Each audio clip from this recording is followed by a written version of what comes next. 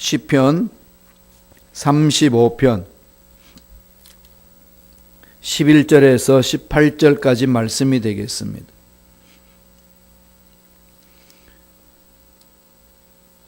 시편 35편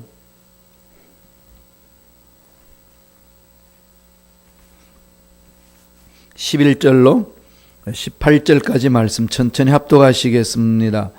불의한 증인들이 일어나서 내가 알지 못하는 일로 내게 질문하며 내게 선을 악으로 갚아 나의 영혼을 외롭게 하나.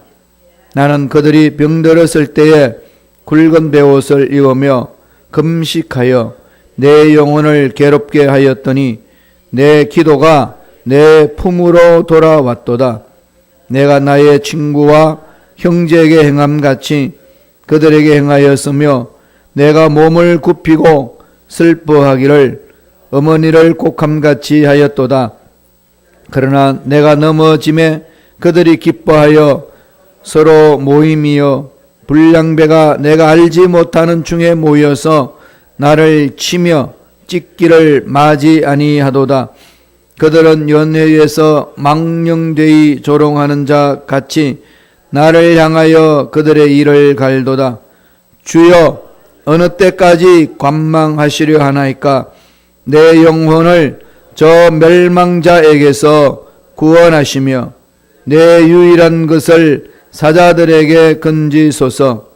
내가 대회 중에서 주께 감사하며 많은 백성 중에서 주를 찬송하리다. 아멘. 이 말씀으로 나와 싸우는 자와 싸우소서, 나와 싸우는 자와 싸우소서라는 제목으로 연의 말씀을 나누겠습니다. 1923년 9월 1일에 일본 도쿄와 요코하마 일대의 간토 지역이라고 그러죠. 거기에 진도 7.8 대지진이 일어났습니다. 7.8. 상상할 수 없는 강도 높은 지진이었죠. 그 결과로 15만 명이나 죽습니다. 15만 명이나 죽고 340만 명의 이재민이 이제 발생한 거죠. 57만 채의 가옥들이 무너지고, 일본의 그 당시 1년 예산보다도 4배나 많은 65억 엔의 손해를 입었다고 합니다. 이럴 때 미국은 발빠르게 일본의 그 이재민들을 위하여서 지진으로 인해 고통받고 있는 그 일본 사람들을 위하여 수송선 150척을 띄웠습니다. 150척을 띄워서 거기에 구제 물품을, 구호품을 실어서 보내주었어요. 일본이 다시금 일어날 수 있도록. 그때 천황 히로히토가 친필로 미국 대통령, 그 당시 30대 대통령이었던 쿨리지 대통령이 있는데 그분에게 감사장을 보냈습니다. 뭐라고 썼냐면은 일본인은 미국 국민에게 감사하며 이 은혜를 영원히 잊지 않을 것입니다. 이렇게 했어요. 이게 1924년도에 천황 히로히토가 미국 30대 대통령이었던 쿨리지에게 친서로 보낸 글씨입니다.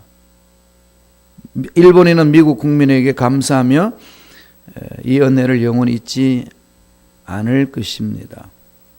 그렇게 편지 보내고 나서 18년도 되기 전에 1941년 12월 7일 날 일본군은 하와이 진주만을 공격합니다.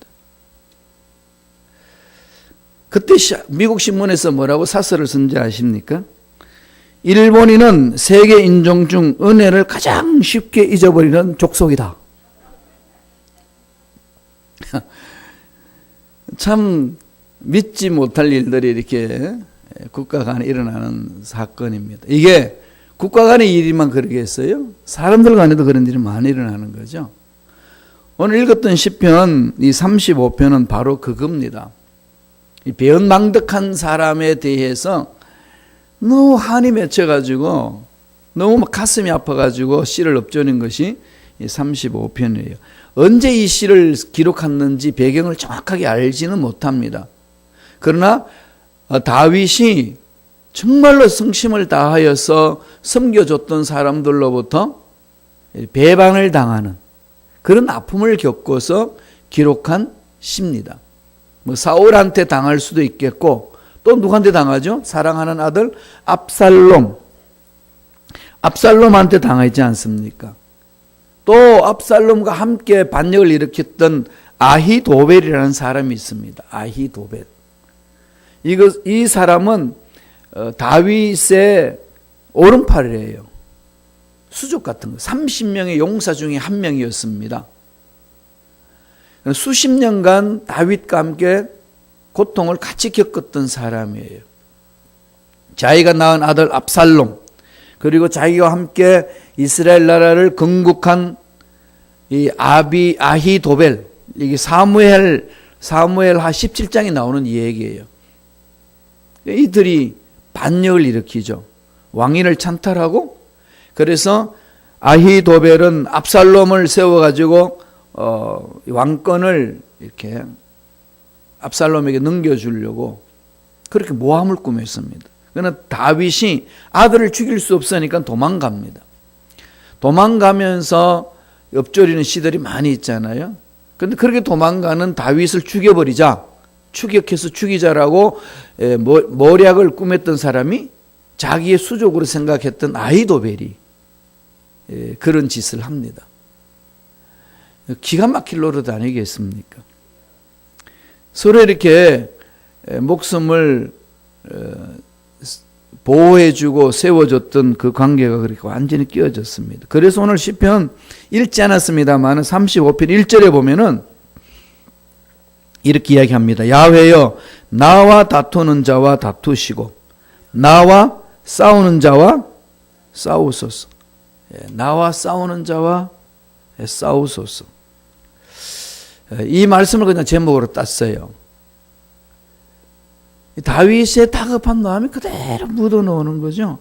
우리가 살다 보면은 다윗이 경험한 이런 일들 비일비재하게 경험합니다. 여기까지 오시는 중에 이런 일들 많이 경험하셨죠? 정말로 이렇게 속 다 보여주고 정말로 이렇게 세워주고 섬겨주려고 이야기했던 그 모든 것들이 나중에는 헷가닥해가지고 그렇게 이야기했던 것을 다 뒤통수 치는 데 사용하는 거죠. 그것도 정확하게 말하지 않고 각색해서. 참 사람들이요 다 소설가 같아요. 얼마나 소설을 잘 쓰는지 모릅니다. 이렇게 해서 이제 뒤통수를 치면은 이런 상황을 만날 때는 참 가슴이 찢어지고 내려앉지요. 그럴 때 어떻게 해야 되나요? 하나님의 생명을 체험한 영원한 생명을 하나님으로부터 받은 저와 여러분은 어떻게 해야 될까요? 35편이 답을 주죠. 다윗이 그 답을 줍니다. 이런 일이 있을 때, 또 크고 작은 이런 아픔이 있을 때 제일 먼저 깨달아야 될 것은요, 선을 악으로 갚는 경우도 있구나, 이걸 깨달으셔야 돼요. 선을 악으로 갚는 경우도 있다. 이게 그냥 마음판에 새겨 놓으셔야 됩니다. 그게 오늘 시편에서 35편에서 주는 첫 번째 메시지예요. 선을 내가 했는데, 선을 베풀어 줬는데 결과적으로는 선을 가지고 악으로 갚는다는 거죠. 이게 비일비재하게 인간사 속에서도 늘 일어날 수 있구나 하는 것을 먼저 인식해야 됩니다. 첫 번째 뭐라고요? 선을 악으로 갚는 경우도 있다. 꼭 그 마음판에 새기세요. 제가 자막이 나올 때까지 기다리면서 외쳤습니다. 선을 악으로 갚는 경우가 참 많이 있잖아요. 이거 있다는 걸 전제하고 들어가야 돼요. 우리가 고난을 당할 때에 고난에서 이길 수 있는 것은 누구나 고난을 겪을 수 있다. 이거 항상 전제돼야 됩니다. 하나님 사랑을 체험하고 하나님 자녀가 됨에도 불구하고 내가 선을 베풀 때요, 이 선이 악으로도 나한테 갚는 사람이 있다. 이걸 먼저 전제하고 들어가야 되지. 어떻게 그럴 수 있냐? 계속 그렇게 엎조리면요, 우라병이 나서 못 삽니다. 그래서 한국 사람들이 이걸 풀지 못하니까 무슨 병이 생기죠? 화병. 전 세계에 병이 없습니다, 이 병은. 한국 사람이 갖고 있는 병이에요. 화병이에요. 그죠? 북한에 대해서 화병이 생기잖아요. 그렇게 먹고 살기 힘들어서 살퍼주고 그랬더니 그걸 무기 만들어가지고 괴롭혀. 이럴 수가 있냐? 정신 똑바로 차리고 우리는 관계를 맺어야 되지. 그렇지 않으면 당할 수 있다는 거죠. 늘 이걸 먼저 전제하고 들어가야 됩니다. 35편 12절 보세요.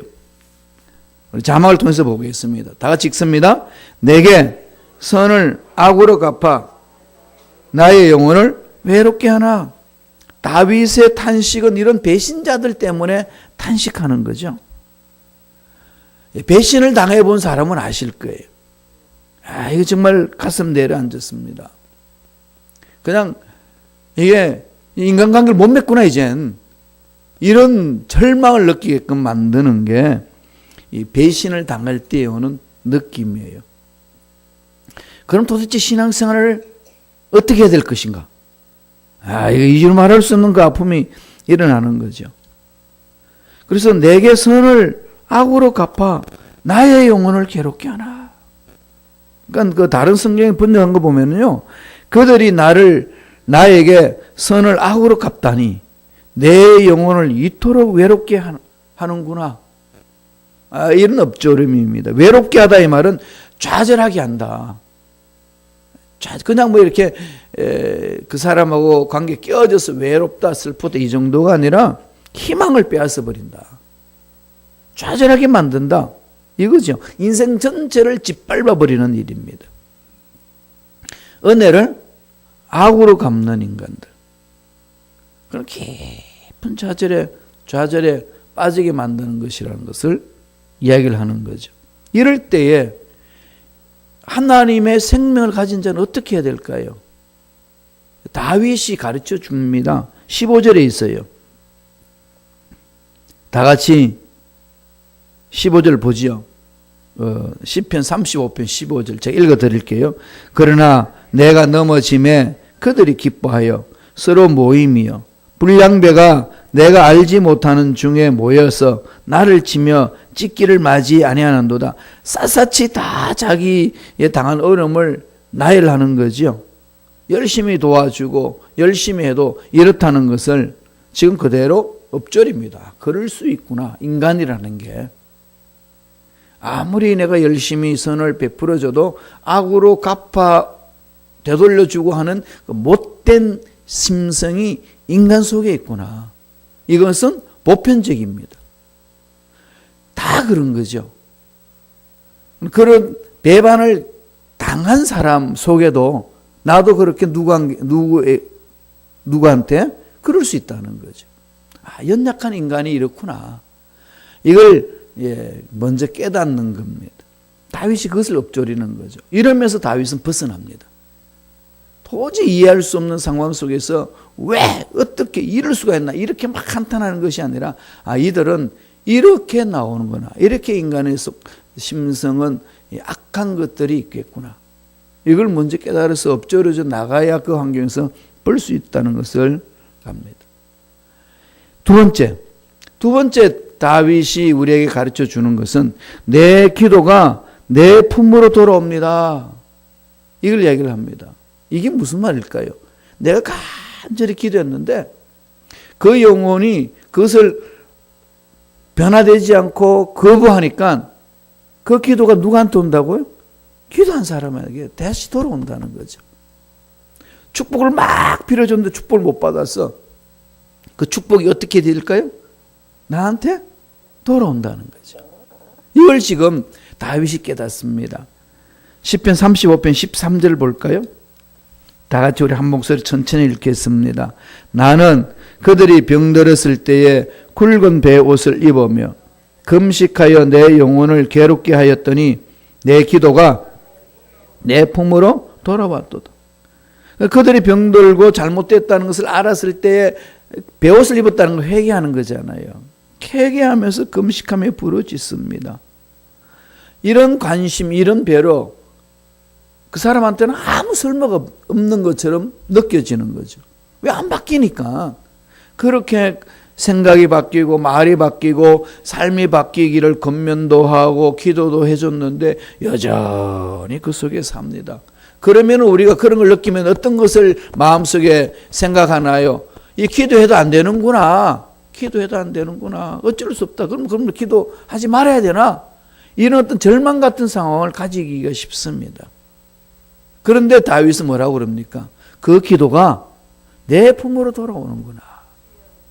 내 품으로 돌아오는구나. 이건 주님이 그렇게 가르쳐 주셨죠. 주님도 우리에게 전도하러 가고 사람들을 섬길 때에 그들이 섬김도 안 받고 우리 전도도 거절하고 이러면은 그것 때문에 실망하지 마라. 그런 거 다 돌아온다. 이렇게 가르쳐 주는 거죠. 우리 누가복음 10장을 한번 보겠습니다. 누가복음 10장 5절 6절 천천히 읽겠습니다. 어느 집에 들어가든지 먼저 말하되 이 집이 평안할지어다 하라.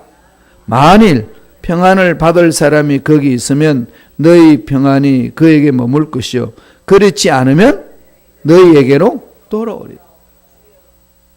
하나님은 당신을 사랑합니다. 하나님은 당신을 행복하게 원하십니다.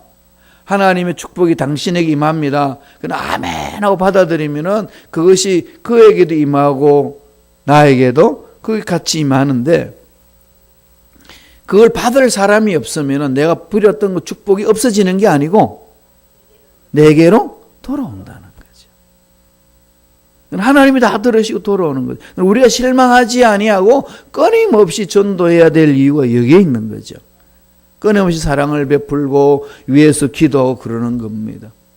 그럼 목사님들이 우리가 말씀 안에서 몸부림치고 변화됩시다 아무리 이야기해도 말씀에 관심도 없고 변화되는 것은 전혀 생각지도 않고 늘 자기 생각에 살고 들려오는 소문에 의해서만 목사님 바라보고 옆에 있는 이웃들 바라보고 이러면서 바뀌지 않는 심령을 볼 때에 인간들은 실망을 합니다. 그렇잖아요.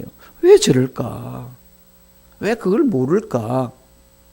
이렇게 이제 생각이 시작하면은 찾아오는 것은 뭘까요? 상처고 낙심되고 참 안 되는구나 이러면서 더 이상 할 필요가 없다 생각할 수 있습니다. 그러나 하나님은 뭐라고 말씀하시죠? 끊임없이 하라. 그거 안 받으면 너한테 온다. 이게 하나님이 주신 메시지입니다. 그래서 핍박하는 자를 위해서 기도하고 원수를 위해서 기도하고 듣든지 안 듣든지 기도해주고 전도하라는 그 말씀을 우리에게 하고 있습니다. 누가복음 6장 28절 한 번 더 읽어보겠습니다. 같은 내용입니다만은 또 다른 차원이 있죠. 다 같이 한 목소리 읽습니다. 너희를 저주하는 자를 위하여 축복하고 너희를 모욕하는 자를 위하여 기도하라. 두 가지를 하라는 거죠. 축복해주고 기도해주라. 그런데 기도해봐도 아무 쓸모없고 변화가 안 되는데요. 이런 질문을 던질 수 있는데 그런 질문 던질 것을 미리 하시고 말씀하시는 거죠. 그 축복이 어떻게 한다고요? 너에게로 돌아온다. 그래서 미국 사람들이 축복을 많이 해주잖아요. 그죠? 가브레스유. 이게 참 얼마나 멋있습니까? 가브레스유. 그게 아멘하고 받으면은 그 사람의 복이 빌지만은 무슨 소리 하냐. 뭐 가시란 말 쓰지도 말라. 이러면 그 다 놓치는 건데 그게 내가 짓밟힌 것 같지만은 내가 축복해 준 그 축복이 나에게로 돌아온다는 거죠. 이 신앙을 우리는 지켜내야 됩니다. 성서의 강조는 늘 그것을 말하고 있는 거죠. 결과는 하나님이 만져주시니까 저와 여러분들이 해야 될 일은 딴 거 없습니다. 주님 명령에 순종하고 나아가면은 때가 되면 하나님이 그 모든 것들을 다 거두어 주신다는 거죠. 이걸 믿고 가는 겁니다. 눈이 안 보여요. 손에 안 잡힙니다. 우리는 귀에 들리지 않는 일들 많이 있습니다. 그런데도 불구하고 아버지 약속의 말씀을 부여잡고 순종해 나갈 때에 그 복이 그가 받지 못하면은 축복을 해준 사람이 고스란히 다 돌아온다는 겁니다. 이게 은혜 중에 은혜 아니겠습니까? 용기를 가질 필요가 있는 거죠. 낙심하지 말라는 겁니다. 상처받지 말라는 거죠. 마지막 세 번째로 그럼 이런 일을 당할 때 어떻게 하라고요? 예, 분노와 다툼은 하나님께 맡기라는 겁니다. 예, 분노와 다툼은 하나님께 맡겨라. 시편 35편 17절 다 같이 읽겠습니다. 한 목소리로 천천히 읽습니다. 주여 어느 때까지 관망하시려 하나이까? 내 영혼을 저 멸망자에게서 구원하시며 내 유일한 것을 사자들에게서 건지소서. 그럼 주님께 맡기는 거죠. 하나님이 살아계심을 믿고 하나님 우주 만물을 창조하신 분이심을 믿고 하나님은 어제나 오늘은 영원토록 동일하신 사실을 정확하게 믿는다면 하나님께 맡기는 거죠. 제가 이제 시카고에서 연합활동을 하면서 이분 저분 많이 만나잖아요. 목사님도 만나고 장로님들도 만나고 군사님도 만나고 집사님들을 만나는데 그 중에 누가라 말할 수 없지만은 그 교회에 있는 어떤 그 분이 그러시더라고요. 우리 교회는 아니에요. 다른 교회인데 어떤 이 사람이 잘못하고 또 목사님이 잘못하면은 하나님이 이렇게 우리가 기도하면 벌을 줘야 되는데 하나님이 벌을 안 주니까 우리가 일어서서 벌 주려고 그럽니다. 그 논리예요. 사실 그렇지 하나님 광대하시니까 일일이 구체적으로 벌을 주면 살아남을 사람이 있겠어요? 제가 그랬어요. 집사님, 하나님이 집사님이 원하는 대로 벌 주면 집사님이 살아남겠어요? 거기에 대해서 자기가 살아남을 수 있다고 확신할 수 있는 사람 누가 있겠습니까? 아무도 없습니다. 그럼 목사님 어떻게 해야 됩니까? 네, 분노와 다툼은 하나님을 신뢰하고 맡겨야 됩니다. 그런데요, 하나님은 너무 크고 넓어가지고 안 움직이시는 것 같아요. 그리고 이게 이제 사람들 관계 속에 그렇잖아요. 법은 멀고 주먹은 가깝다.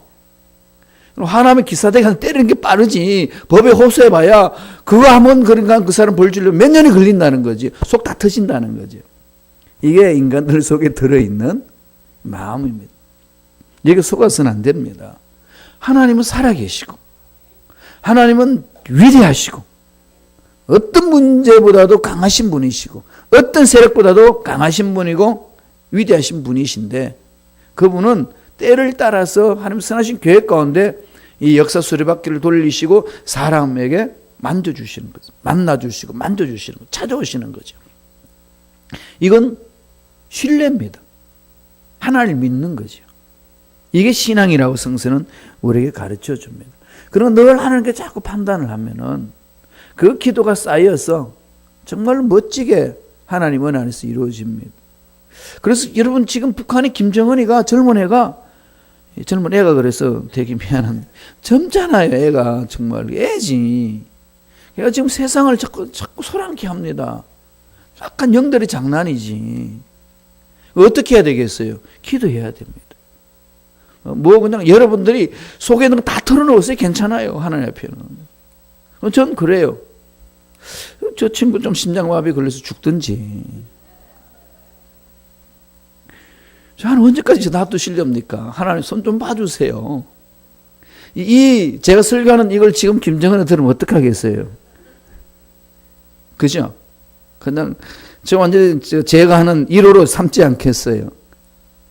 그래도 전 그 말 하는 게 없절입니다. 하나님 그 영혼을 긍휼하게 주시되 이 민족과 이 세계 지구촌을 이렇게 내버려 두시렵니까? 하나님 만져달라고.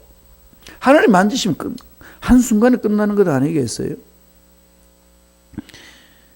그럼 하나님 두려워하지 않고 난리치지만은 기도하는 사람들이 모여서 그게 뭉쳐지면요. 그 기도 힘은 강합니다. 끊임없이 기도하셔야 돼요. 그래서 끊임없이 기도합니다. 우리를 괴롭히는 원수들에 대해서 여러분 기도해도 아무 반응이 없이 아무 흔적도 없고 뭐 전혀 이렇게 실마리가 풀어지지 않는 것처럼 느껴진다 할지라도 끊임없이 하나님을 신뢰하고 감사하면서 기도해 보세요. 하나님은 만져주십니다. 엘리야가 갈멜산에서 올라가 가지고 바알 신 섬기는 그들하고 막 싸우고 그러기 전에 또 뭐 합니까? 비가 오기를 기도했지 않습니까? 가뭄이 3년 반 동안 있었을 때에 하나님 말씀이 있습니다. 야, 비 줄게. 아합한테 가서 이야기해라. 그래서 선포합니다.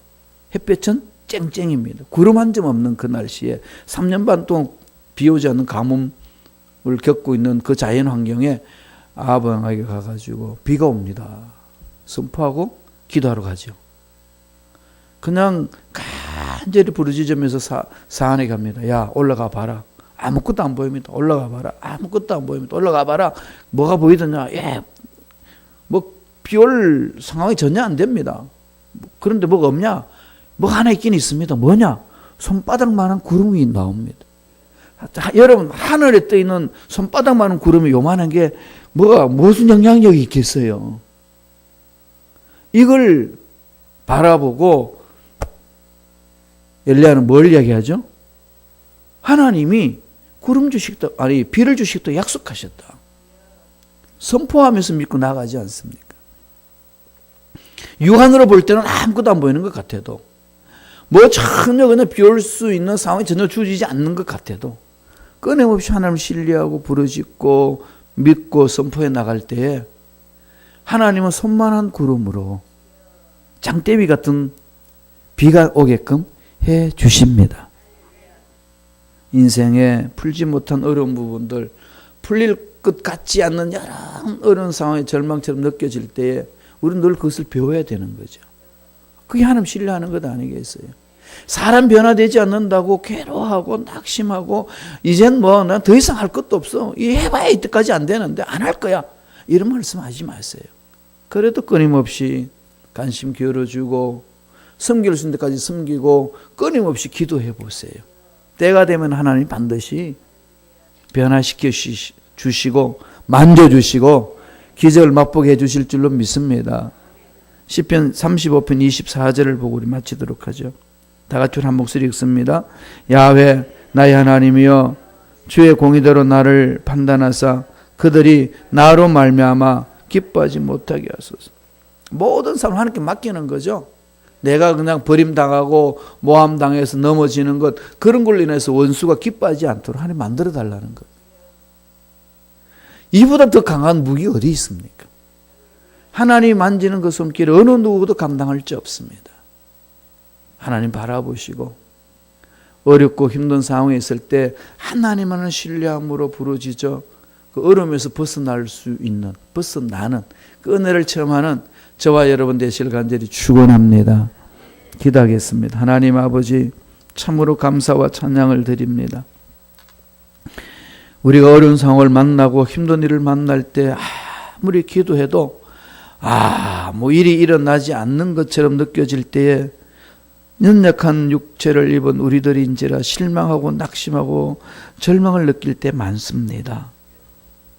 참 성의로 선을 향하여 잘 베풀어 줬는데 돌아오는 것은 악이고 원수같이 괴롭히는 그런 상황이 주어질 수 있을 때에 실망하지 않고 하나님이 때가 되면 반드시 문제 해결해 주시고 원수 같은 사람들 마음을 녹여 주실 줄을 믿고 끊임없이 부르짖는 우리 모두가 되게 역사하여 주옵소서. 예수 이름으로 명하노니 상황만 보고 문제만 보고 연약한 나 자신만 바라보고 기도하는 것이 응답되지 않는 것처럼 느낀 나머지 기도도 포기하고 하나님의 능력을 믿지 못하게 만드는 모든 흑암의 세력들은 떠나갈지어다. 하나님의 권속들을 괴롭히지 말지어다. 주여, 하나님의 자녀들을 만져주시고 마음의 소원 이루어주시고 앞길 막힌 것 열어주시옵소서. 머리부터 발까지 모든 육체 질병은 깨끗하게 나물리 말지어다. 하나님의 권속들을 괴롭히는 모든 악한 무리들은 사라질지어다. 하나님의 자녀들을 만지지 말지어다. 성령님 강하게 역사하여 주옵소서. 내가 감사하여 귀한 예물 드립니다. 드린 손길들마다 소원이 있습니다. 기도 제목이 있습니다. 일일이 살펴주시고 눈동자처럼 보호해주시고 필요한 것 넘치도록 공급하여 주시옵소서. 감사하고 예수님 이름으로 축복하며 기도드리옵나이다. 아멘.